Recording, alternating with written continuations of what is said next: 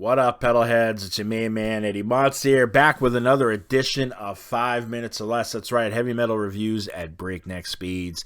And boy, do we have a good one for you that tests those breakneck speeds for sure.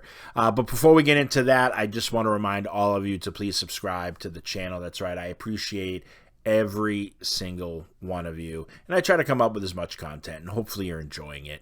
All right, with that being said, I am covering a band that is essentially a tribute to a more legendary band, even though this one, Left to Die, features two original members of the band Death.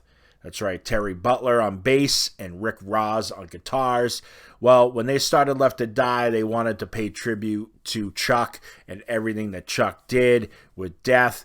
So they've been teaming up with Gus Rios, you may know from Gruesome, he's the drummer, and Matt Harvey, the king of gore metal from Exhumed, coming in to do vocals and guitar in Left to Die, and they've got an album, and it's called Intitium Mortis. That's right.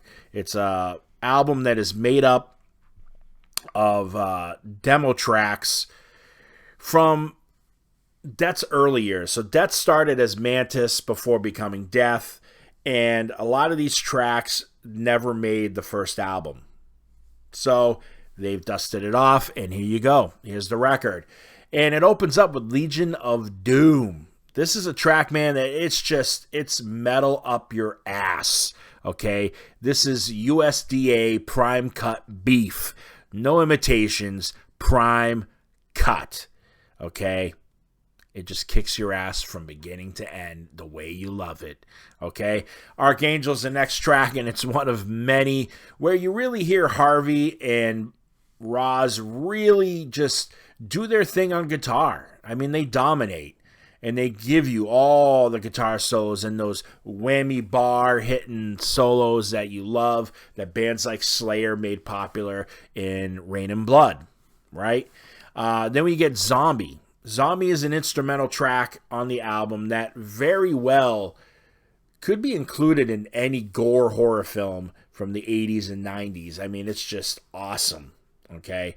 Witch of Hell really features some of that breakneck violence that we all enjoy, and that you're going to be headbanging until your head fucking falls off, right? Because it's just that cool.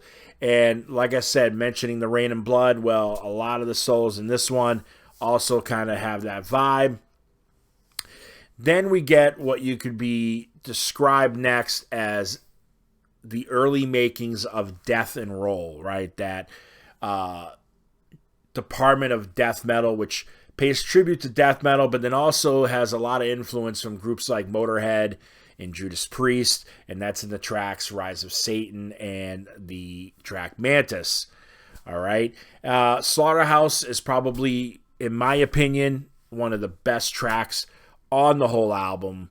It just features everything you love. It encapsulates everything that Death was in the 90s, right? With Scream Bloody Gore and Leprosy and everything.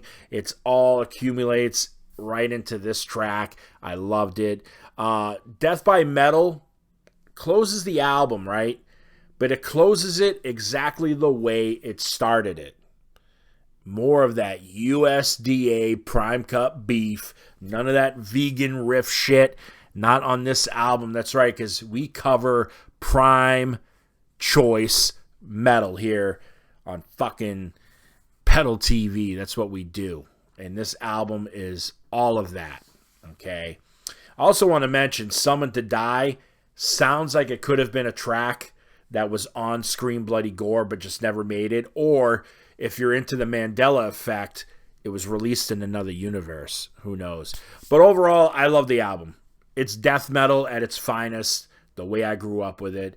I'm going to give it 4.6 stars out of 5 after you've accumulated all of those grades. So make sure you go and check it out. Make sure you go check out more from the band.